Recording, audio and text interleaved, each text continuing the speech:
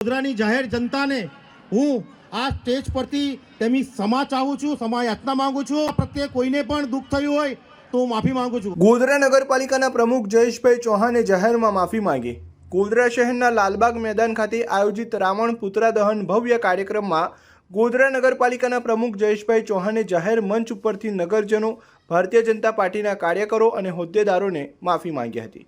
પોતાના સંબોધનમાં પ્રમુખ જયેશભાઈ ચૌહાણે ભાવુક થઈને કહ્યું હતું કે મારા પ્રમુખ તરીકેનો આ રાવણ પુતળા દહનનો છેલ્લો કાર્યક્રમ છે.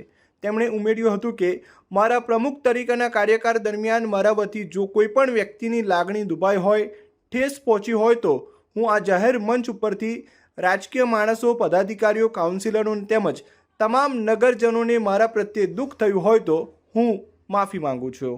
થયું હોય અને કોઈને પણ લાગણી દુભાઈ હોય, ઠેસ પહોંચી હોય તો હું આ જાહેર મંચથી રાજકીય માણસો કે મારા પદાધિકારીશ્રીઓ, કાઉન્સિલરશ્રીઓ કે મારી ગોધરાની જાહેર જનતાને હું આ સ્ટેજ પરથી તેમની ક્ષમા ચાહું છું, ક્ષમા યાચના માંગુ છું. અને તમામની જો મારા પ્રત્યે કોઈને પણ દુઃખ થયું હોય તો હું માફી માંગુ છું. અસ્તુ ભારત માતા કી જય.